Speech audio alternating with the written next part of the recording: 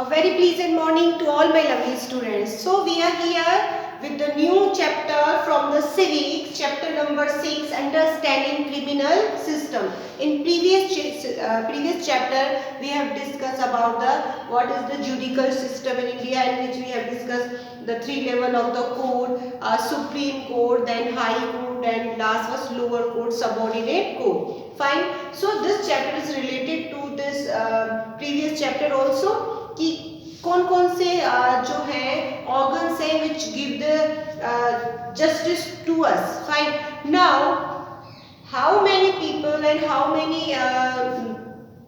key players are involving to give the judgment to us. कितने लोगों का involvement होता है किसी भी केस के स्टार्ट होने से लेकर उस केस के सॉल्व होने तक. बहुत ही इंटरेस्टिंग सी चीजें हैं इस चैप्टर में. सबसे पहले मैं आपको बताऊं, जैसा कि हमारा नाम है चैप्टर का अंडरस्टैंडिंग आवर क्रिमिनल सिस्टम, कि हमें पूरा सिस्टम समझना है कि किस तरह से चीजें होती है, एक्चुअल में कैसे चीजें क्या होती है. सिर्फ ये हमें पता नहीं करना है कि लोअर कोर्ट में जा सकते हैं, हम हाई कोर्ट में जा सकते हैं और सुप्रीम कोर्ट में जा सकते हैं, बट चीजें होती गई. सबसे पहले according to the constitution every individual charge of crime, ऐसा कोई भी पर्सन जिस पर भी क्राइम का चार्ज है, किसी ने कोई भी क्राइम किया है, has to be given a fair trial. उससे हमारा कॉन्स्टिट्यूशन पूरा मौका देती है अपने आप को निर्दोष साबित करने का. यानी कि ऐसा नहीं कि अगर आप एक कोई क्राइम का आरोप लगा है वो सही है या गलत है, it will decided by the जजेस, वो जज डिसाइड करेंगे. लेकिन अगर वो पर्सन निर्दोष है तो उससे सजा नहीं होनी चाहिए. तो हमारा कॉन्स्टिट्यूशन हर एक जो पर्सन है जो भी इसमें इन्वॉल्व हो रहा है, क्राइम उसने किया है या नहीं किया है, तो उसे फेयर ट्रायल का एक चांस देती है. पूरी सुनवाई होती है, डिस्कशन होता है, और जब प्रूव होता है उसका क्राइम तभी उसको क्या मिलती है, सजा मिलती है. एक बहुत अच्छी स्टोरी है आपकी बुक में, उसे जरूर रीड करेंगे. मैं वैसे आपको इस चैप्टर में भी समझाऊंगी. उस स्टोरी में आपको सारा चैप्टर समझ में आ जाएगा. किस तरह से एक मेड होती है, घर में काम करती है, उस पर एक ब्लेम लगता है कि उसने चेन चोरी की है. उसके पास जब उस पर ब्लेम लगता है तो वो पुलिस के पास जाते हैं. अब पुलिस उसके घर की तलाशी लेती है तो उसके पास से 10,000 रुपीस मिलते हैं. और पुलिस को और जिसने भी कंप्लेन की थी उसके जो मालिक जो थे जहाँ पे वो काम करती थी, तो उन्होंने कहा कि नहीं, ये 10,000 रुपये उसने चेन बेचकर ही उसने कमाए होंगे, यानी उसके पास है, क्योंकि उसके पास इतना पैसा नहीं होना चाहिए. फिर बहुत सारी चीज़ें होती है, ट्रायल होता है उसका, बहुत सारी चीज़ें. लास्ट में क्या होता है इस स्टोरी में, वो जो शांति है, हाँ शांति ही नाम था शायद उसका स्टोरी में, वो इनोसेंस प्रूव होती है. एक्चुअल में चेन जो उसके बेटे है उसी ने ही चुराई थी. तो बहुत सारी चीजें होती है कि किस तरह से चीजें होती है, किस तरह से सफर करना पड़ता है एक पर्सन को जिसने कोई क्राइम नहीं किया है, बट हमारा कॉन्स्टिट्यूशन क्या करता है, उसे प्रोटेक्ट करता है. सबसे पहला कॉन्स्टिट्यूशन क्या राइट देता है, फेयर ट्रायल का. दूसरी चीज, the role of played in different person. अब क्राइम से लेकर क्राइम प्रूव होने तक कई सारे जो इम्पोर्टेंट जो पर्सन है, कौन कौन है. पुलिस का सबसे इम्पोर्टेंट रोल होता है, क्योंकि सबसे पहले कंप्लेन कहाँ जाती है, पुलिस स्टेशन में. तो यहाँ पे सबसे पहले स्टार्टिंग जो कंट्रीब्यूशन वो किसका है, पुलिस का. Then public prosecutor and defence lawyer. दो लॉयर होते हैं, आपने देखा होगा पिक्चर्स में. एक तो एक पर्सन की तरफ से लड़ता है, दूसरा उसे डिफेंस करता है. तो यहाँ पे पब्लिक प्रोसिक्यूटर हो गया, डिफेंस लॉयर हो गया, और लास्ट में हो गया जज. ठीक है, इनको क्या कहा जाता है, these are known as the 4 key players in the criminal justice system. हमारे 4 की प्लेयर्स हैं. सबसे पहला police.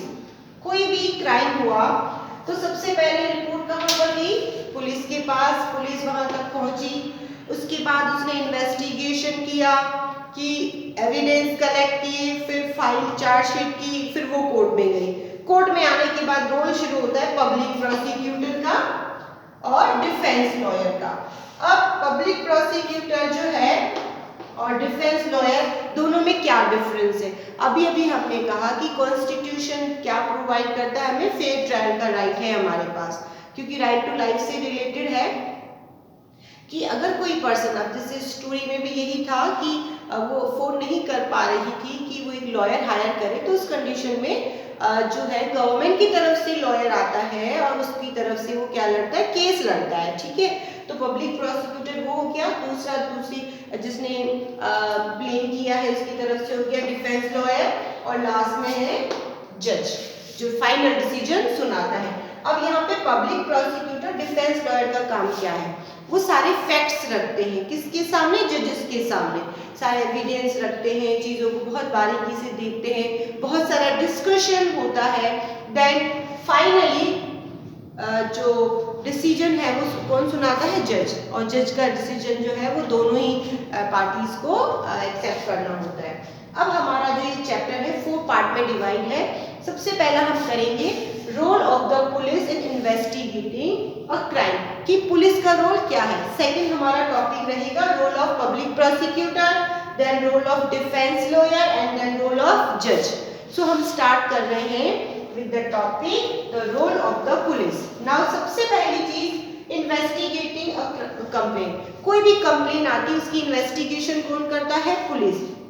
The important function of police is investigated in complaint about the commission or the crime।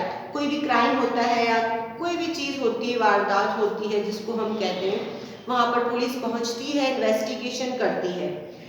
An investigation include the recording statement of witness, collecting different types of the evidence। अब जब वो इकट्ठा करती है, सबूत इकट्ठा करती है, एविडेंस, उसमें वो क्या क्या, किन लोगों ने देखा, कब हुआ, किस किस के सामने हुआ, किसी की रिकॉर्डिंग ली या कोई वीडियो क्लिप ली, ये इन सबको क्या करते हैं, इकट्ठा करती है कौन, police.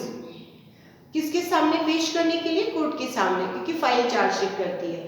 Then if the police think that the evidence point is the guilt of the accused person, then they file a charge sheet in the court। अब जब उसे लगता है जिस भी पर्सन को उसने अरेस्ट किया है वो रियली में उसने वो क्राइम किया है, तो पुलिस जो है वो चार्जशीट पेश करती है, कहाँ पर, कोर्ट में। पहले सारे एविडेंस देखती है, ये प्रूव करती है, उसके बाद वो केस का जाता है कोर्ट में।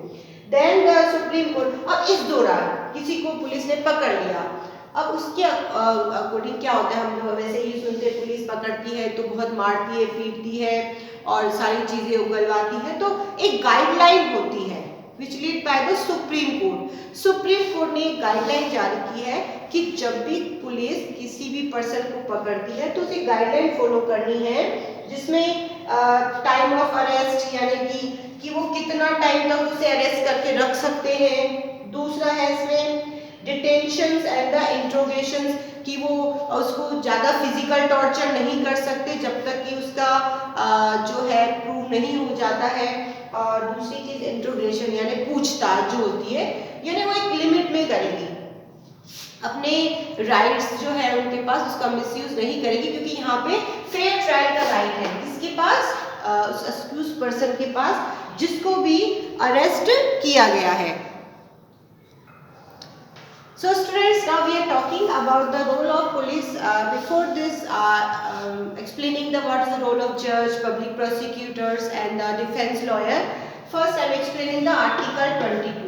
Article 21 we have done many times. It's related to the right to life. ये भी इसी का पार्ट है। Article 22 में क्या क्या चीज़ है? It's also given in your book. First topic is the right to be informed at the time of arrest of the offence. पहली बात तो जब भी आप किसी को अरेस्ट करें तो आप उसको बताएंगे आप उसको कितने टाइम के लिए अरेस्ट कर रहे हैं, ठीक है। अब उस पर डिपेंड करता है कि उसने क्या किया है।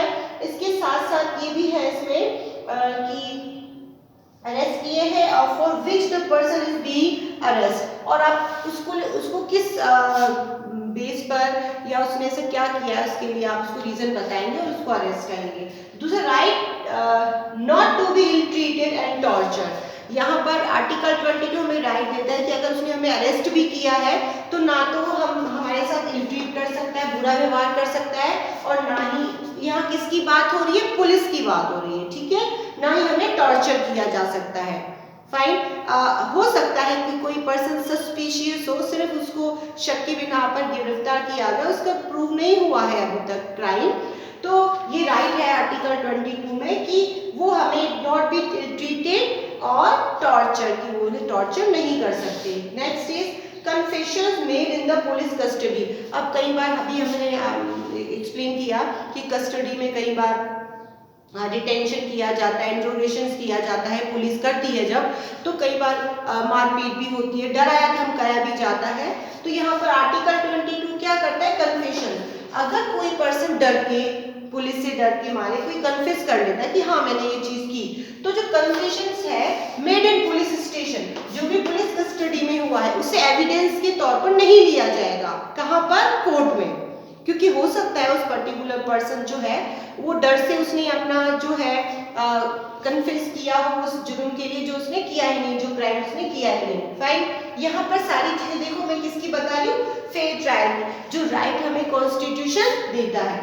Next is under 15 years age. पहली बात तो जो भी अडल्ट नहीं है उन्हें पुलिस स्टेशन में नहीं बुलाया जा सकता, ना ही वुमेन्स को not be called at the police station for any questioning. अगर पुलिस को कुछ भी पूछना है तो वो घर पे आके पूछ सकती है, उन्हें वो कस्टडी में नहीं ले सकती। ठीक है, तो ये कुछ 4 पॉइंट्स हैं जो आपको याद रखना है related to the article 22। Now next question is fair trial, कि फेयर ट्रायल होता क्या है। हमने स्टार्टिंग में चैप्टर की किससे की थी, फेयर ट्रायल से, कि कॉन्स्टिट्यूशन जो है हमें राइट देता है किसका, फेयर ट्रायल का। तो सबसे पहले fair trial related to the right to life. सीधा सीधा देखिए हमारी लाइफ है और उसे प्रोटेक्ट करना किसका काम है, गवर्नमेंट का काम है, और ये राइट हमें मिला है, फंडामेंटल राइट है हमारा।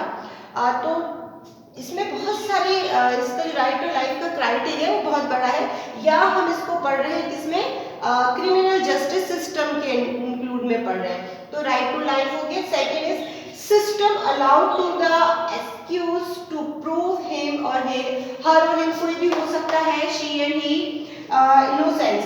उस पूरा राइट है, ये सिस्टम जो है हमारा ये पूरा राइट देता है किसको, उस एक्यूज पर्सन को, दोषी व्यक्ति को, कि अब देखो इनोसेंस है या नहीं ये तो बात की बात है, बट जिसको भी अरेस्ट किया गया है वो एक्यूज पर्सन में आएगा कि वो अपने आप को प्रूव कर सके क्या, इनोसेंट, कि उसने वो चीज नहीं की, यानी अपनी तरफ से वो सेटिस्फाई, जब तक वो खुद अपने आप को इनोसेंस प्रूव करने का उसे चांस नहीं मिलेगा तो फेयर है कि उसे सजा मिल सकती है।